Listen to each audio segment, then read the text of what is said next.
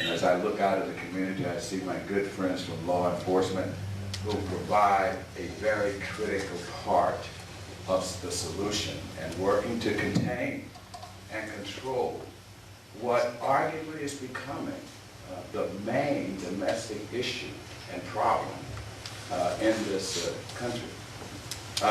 We have today 22,457 gangs that the FBI have identified to us in the Congress of the United States. And in those gangs, there are 832,000 members. And what is getting even more challenging is the fact that they are getting younger in many respects.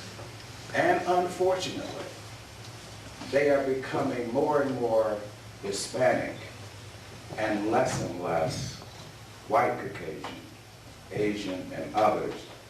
African American gang membership is basically stabilizing off. Right now, 51% of the known identifiable gang members in these United States are Hispanic or Latino. 31% are African American.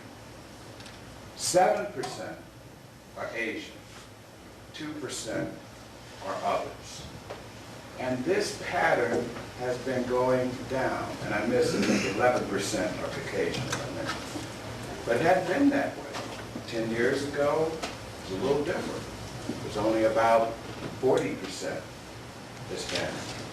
So African Americans have maintained the same. High 30s has been consistent. Caucasians were up by 2%, but now they are down.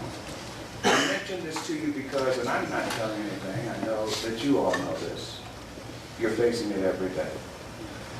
What are the two most basic driving forces outside of the wretchedness of poverty, the lack of proper parenting, other environmental influences that interact, hopelessness on the part, idle minds and idle hands, a loss of the spiritual quotient, which arguably, in my estimation, is the most profound.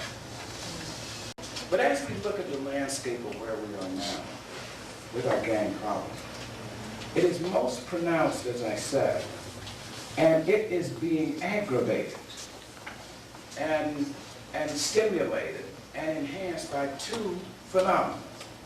One is immigration, and especially illegal immigration. And the other is gangster rap. Now, I don't like going out of this room saying I'm for censorship, or anybody going out of this room saying I'm against all people coming into this country, for we all are a country of immigrants. But the reason that I mentioned the demographics of the gang situation first was because if we're serious about dealing with the problem, we must know its composition in order to get down underneath, to get to some solutions, to get to it. You all are pioneers. You're remarkable in what you do. You've already identified the perk-up of this within the Latino community. You got your Latino after-school programs. You got your international festival that you do.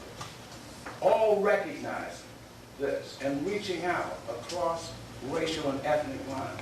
Because this is a problem that is deep within ethnicity. There's no getting around it. There's no getting around it that our biggest threat in gangs now are coming over through illegal immigration. Of all of these gangs, the growing larger number of them are now Hispanics. There's a reason. There's a reason that is why we must deal, and we're doing with it in Washington, immigration and closing down the borders and helping people to come to this country and do it the way all the other immigrants do. They've got to learn the value system. And we've got to put the mechanism out there to help them.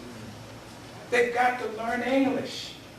That is one of the primary driving laws that drives people into isolation and into their own groups.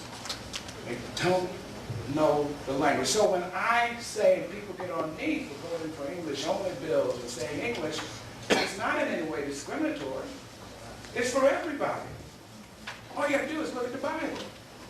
The Lord took the Tower of Babel, and before then, not good Reverend can vouch for me on this, there was one language. And that's why when they use the word Babel, it means confusion. When you say they're babbling, you know, confusion. That's what it brings. We've got to convey that. There can be only one. There can be all kinds of cultures and all that, but there's got to be one unity. And that really is what your theme is about when you talk about the word connection. It's connecting everybody together. What if you got this language here and that language here? And if the Spanish want it all in Spanish, then what about the Portuguese? Or what about the other people coming from other places? There can only be one. We've got to work on it. And there's a reason why so many of our immigrants claw and do everything they can to get here. They want a better way of life.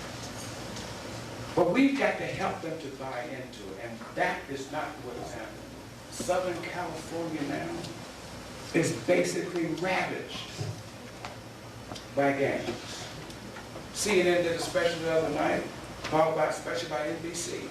There are going to be more specials coming on to show the ravages of the gangs.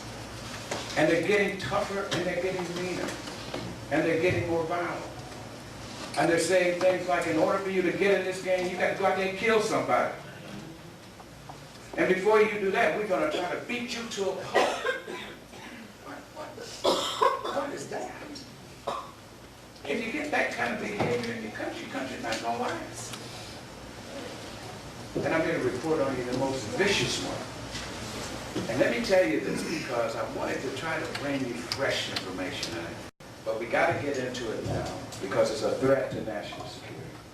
We're very much aware now, as I was saying to President Bush last week about these borders. We do not have to fear somebody saying you're hard lining or you're being tough when you say we got to stop the borders. Homeland security is our first area of defense against terrorism. And just as surely as these gangs are sneaking through, and drugs are sneaking through, and there's a whole system now of pulling through gang members. And one of the primary activities of these gangs is smuggling in aliens. So you see it all connects. But when the federal government gets into it as a threat to national security, we've got to deal with it. There's nowhere else to go. I mean, we are it. Harry Truman said the buck stops here. Yes, we got to put the military on the border. We got to do more and put a worn-out National Guard with a rotation of 2 weeks here, 2 weeks there. We've got to get serious about the border. Not necessarily because you're racially oriented or you're racist or anything like that against Hispanic. Lord knows, we love everybody. Hispanic people, Latino people made tremendous contributions. But even many of the Latino citizens are saying, do something about the borders. Because it brings down our whole quality of life. And some of these gangs are even like that who are here. In Clayton County, another one of my counties, there are 42 different gangs. The ages are getting younger. More reports of them are getting into schools. You're almost a requirement now just to get along to be in the school. So you all are on the cutting edge of a very serious problem, as you know. We can't do enough for you. We're going to get money for you in Washington.